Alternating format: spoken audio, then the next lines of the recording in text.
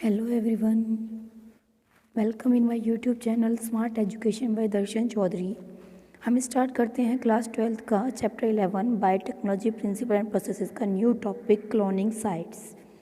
Cloning sites कौन सी होंगी? आप सबको पता है कि क्लोनिंग साइट का मतलब, क्योंकि आप पीछे से पढ़ते आ रहे हैं तो आपको ये भी पता लग गया है कि क्लोनिंग क्या होती है, यानी क्लोन बनना, मल्टीपल कॉपीज़ बनना। मल्टीपल कॉपीज़ कौन सी जगह पर बन सकती हैं उसको हम बोलते हैं क्लोनिंग साइट्स। तो अब आप समझेंगे आगे कि in order to link the, जब भी आप किसी LNDNA को लिंक करेंगे किसके साथ, तो वेक्टर के साथ, तो आपको वो जगह भी तो चाहिए कि आप कहाँ पे करेंगे।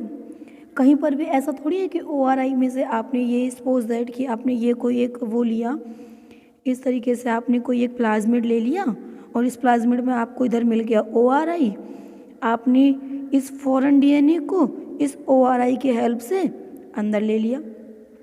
लेकिन अब आपने इसको इंसर्ट तो करा दिया, लेकिन आप इसको इंसर्ट कराएंगे कहाँ पे? प्लाज्मिड में, क्योंकि प्लाज्मिड के अंदर ये तो सर्कुलर स्ट्रक्चर होती है ना, तो इसके अंदर ये जो जगह है ये क्या होती हैं? साइट्स। ठीक है, तो यानी कि वेक्टर के अंदर और क्या होना चाहिए? साइट्स होनी चाहिए। तो आप यहाँ पे देखेंगे कि कई सारी इस साइड में जो फिगर बनी हुई है, इस फिगर में आप देखेंगे PVU second, Sal 1, BMH1, hand second, Cla 1, Eco R1, PVU first, PSC first वगैरह, ये सब क्या हैं? साइट्स हैं।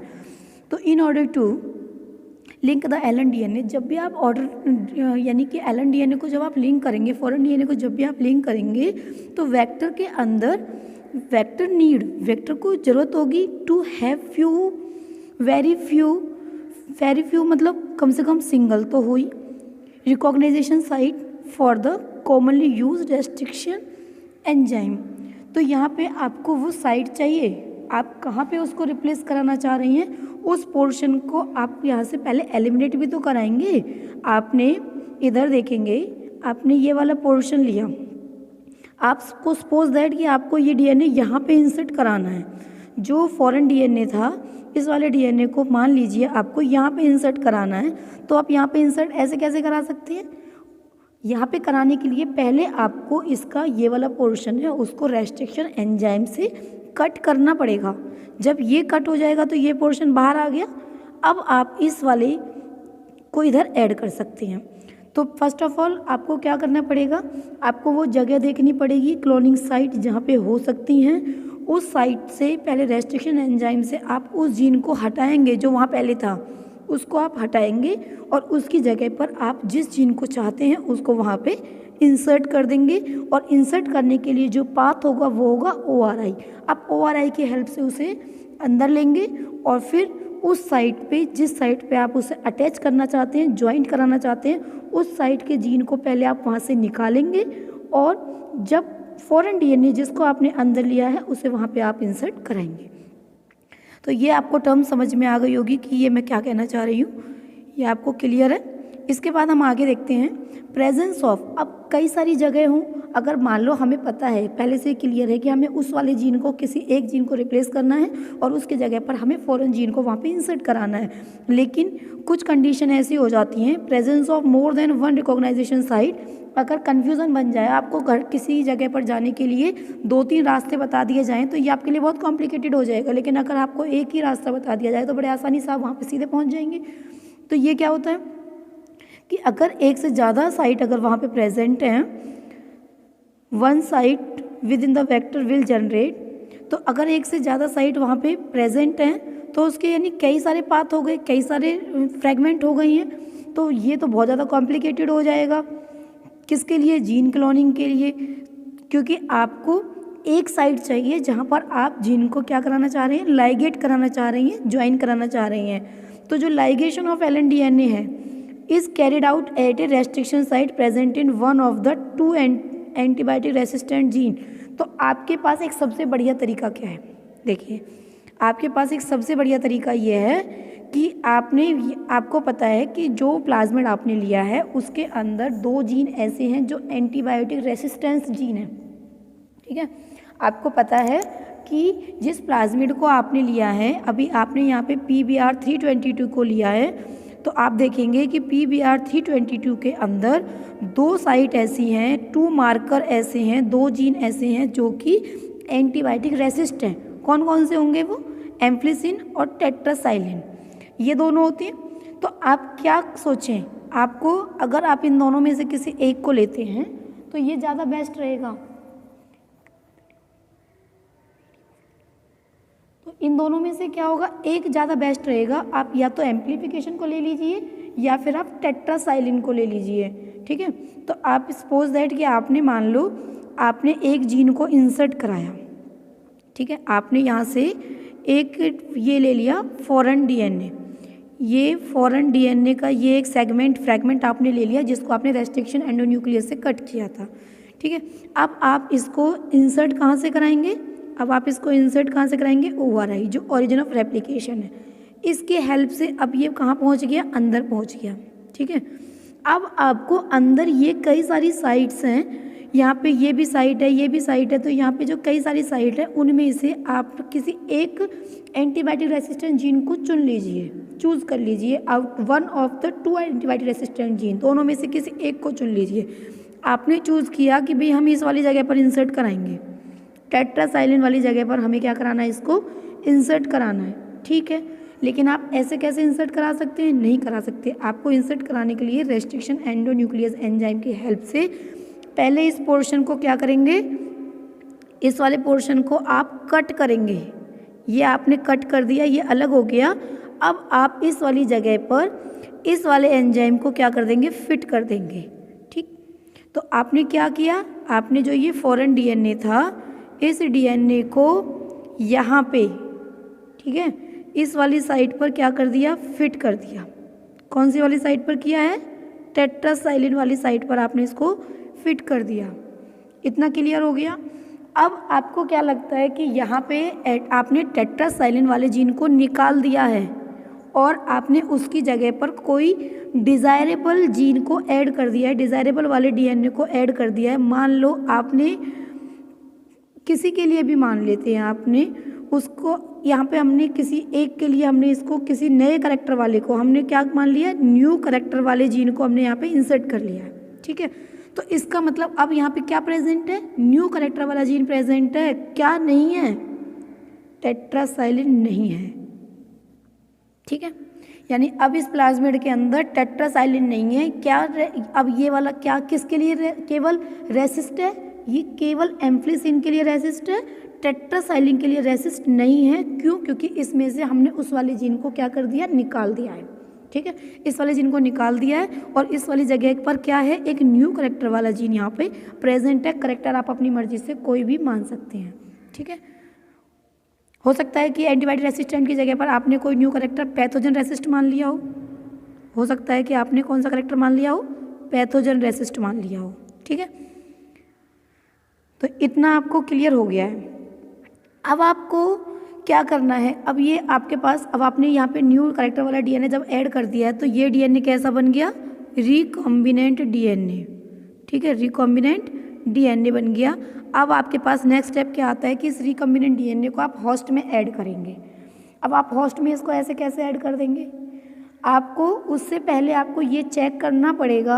आप इसको चेक करेंगे कि जो आपने इंसर्ट किया है क्या वो उस जगह पर फिट हो गया है या अभी भी वहाँ पर टेट्रासाइलिन रेसिस्टेंट वाला जीन ही काम कर रहा है, ये आपको देखना पड़ेगा। तो इसको चेक करने के लिए आपके पास 2 तरीके होते हैं। एक स्टेप तो ये है कि आपने 2 कल्चरिंग मीडियम लिए, एक मीडियम आपने ये ले लिया है और दूसरा मीडियम आपने ये ले लिया है, ठीक है। एक के अंदर आपने जो मीडियम लिया है वो लिया है एम्फ्लिसिन, ठीक है, और एक के अंदर आपने ले लिया टेट्रासाइलिन, ठीक है, 2 ले लिए हैं। अब आपने क्या किया?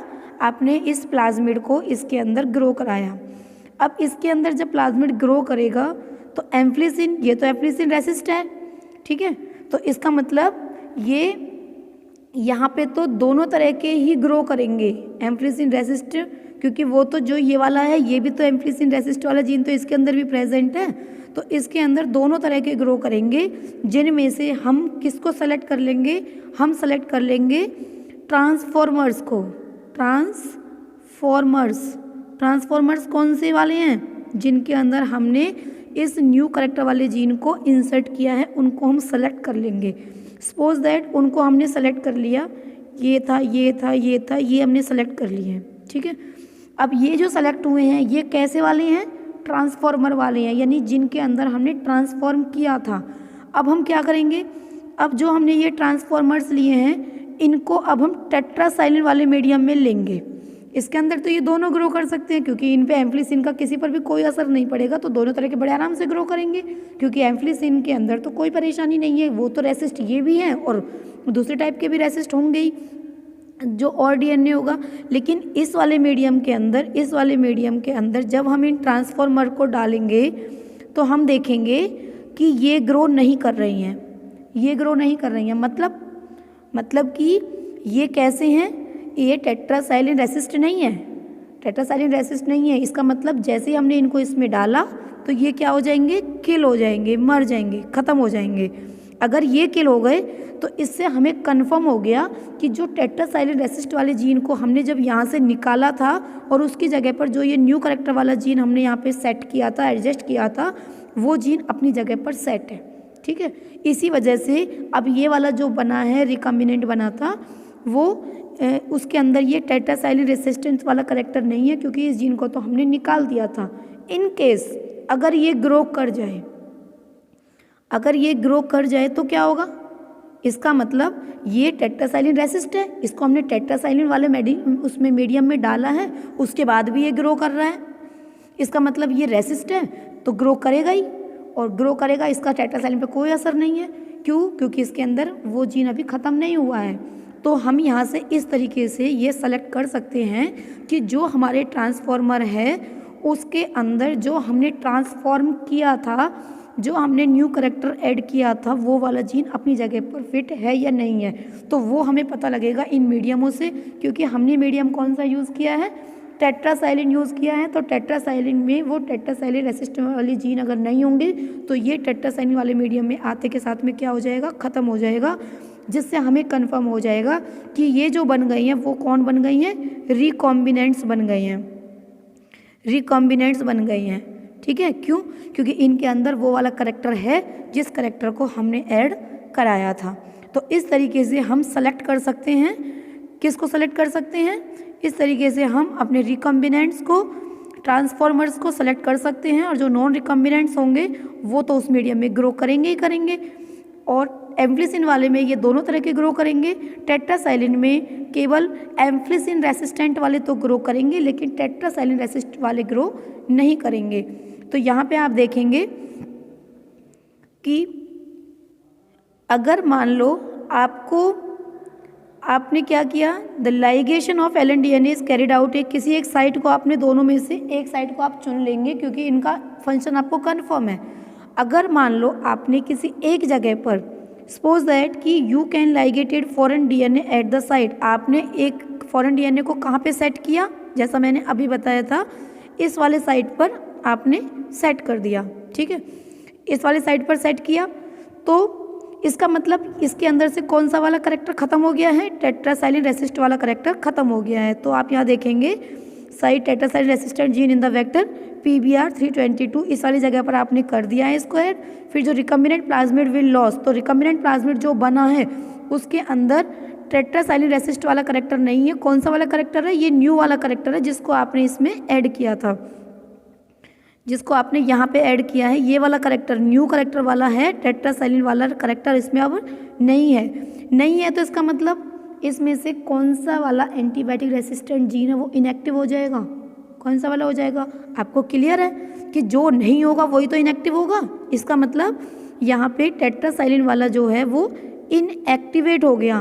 किस वजह से इनएक्टिवेट हुआ, ये इस वजह से एक्टिवेट हुआ क्योंकि इसकी जगह पर हमने न्यू करेक्टर वाले जीन को लिया, हमने टेट्रासाइलिन वाले जीन को बाहर निकाल दिया, और उसकी जगह पर यहाँ से जब हमने इंसर्ट कराया था तो हमने न्यू करेक्टर वाले जीन को टेट्रासाइलिन वाले की जगह पर रख दिया। इसकी वजह से जो टेट्रासाइलिन एंटीबायोटिक रेसिस्टेंट जीन है वो इनएक्टिव हो जाएगा। तो इसको हम बोलेंगे इंसर्ट होने की वजह से ये इनएक्टिवेट हुआ, इसलिए हम इसको इंसर्शनल इनएक्टिवेशन कहेंगे। तो टेट्रासाइलिन कैसा हो गया, इंसर्शनल इनएक्टिवेट हो गया, क्योंकि हम यहाँ पे हमने इंसर्ट किया जैसे हमने इंसर्ट किया तो ये इनएक्टिवेट हो गया। क्यों इनएक्टिवेट हो गया? क्योंकि इसको तो हमने निकाल दिया ना वहाँ से, इसको तो हमने रिमूव कर दिया। ड्यू टू, यहाँ पे देखेंगे आप, recombinant plasmid with low tetracycline character, तो जो रिकम्बिनेंट बना, जो नया वाला बना है, उसके अंदर ये वाला करेक्टर नहीं है। और will but can be selected out from non recombinant one by plating the transformant on ampicillin medium. अब हम इसको अलग कर सकते हैं। कैसे अलग कर सकते हैं? हम इनको एम्फिलिसिन वाले मीडियम में जब ग्रो कराएंगे तो ये ग्रो करेंगे। तो जो ट्रांसफॉर्मेंट से growing on ampicillin containing medium, तो एम्फिलिसिन वाले मीडियम में तो ये ग्रो करेंगे ही करेंगे। देन ट्रांसफर, अब हम इसको क्या करेंगे, एम्फिलिसिन वाले में से सेलेक्ट कर लें और हम इनको टेट्रासाइक्लिन वाले में डाल दें। तो recombinant will grow in ampicillin containing medium but not that containing tetracycline. अब ये एम्फिलिसिन वाले में तो ग्रो किए, लेकिन किस में ग्रो नहीं करेंगे? टेट्रासाइक्लिन वाले में ग्रो नहीं करेंगे। क्यों नहीं करेंगे? क्योंकि उसके अंदर वो वाला जीन प्रेजेंट ही नहीं है, वो तो अब रेसिस्ट नहीं रहे ना। रेसिस्ट का मतलब क्या होता है? उन पे कोई असर नहीं होना। अब उन पे तो टेट्रासाइक्लिन का इफेक्ट होगा। अगर हमने इनको, जो रिकम्बिनेंट बने हैं जिनके अंदर न्यू करेक्टर है, अगर हम इनको टेट्रासाइक्लिन वाले मीडियम में रखेंगे तो ऑब्वियसली वो खत्म हो जाएंगे, मर जाएंगे। But non recombinant DNA will grow. लेकिन नॉन रिकम्बिनेंट तो कैसे थे? वो तो नॉन रिकम्बिनेंट है, उनके अंदर तो टेट्रासाइक्लिन वाला करेक्टर प्रेजेंट है ना। रिकम्बिनेंट तो वो थे जिनको हमने बनाया। नॉन रिकम्बिनेंट कौन से हैं? जिनमें हमने न्यू करेक्टर वाले डीएनए को इंसर्ट नहीं किया है। तो वो तो दोनों जगह ग्रो करेगा ही करेगा। क्यों? क्योंकि वो तो दोनों तरह के एंटीबॉडी रेसिस्टेंट जीन से रेसिस्ट है, प्रेजेंट है उसके अंदर तो वो दोनों जीन। इस वजह से वन एंटीबायोटिक रेसिस्टेंट जीन, एक एंटीबायोटिक रेसिस्टेंट जीन है, वो आपकी हेल्प कर सकता है किस चीज़ में? सिलेक्शन द ट्रांसफॉर्मेंट को सेलेक्ट करने में। वेयर एज जो कि अदर एंटीबायोटिक रेसिस्टेंट जीन जो होगा वो इनएक्टिवेट हो जाएगा। कैसे? किस वजह से इनएक्टिवेट हुआ? Insertion of alien DNA. जैसे ही आपने एलन डीएनए को, फॉरेन डीएनए को इंसर्ट किया, वो इनएक्टिवेट हो गया। क्यों? क्योंकि आपने एलन डीएनए को उसी की जगह पर तो इंसर्ट किया है।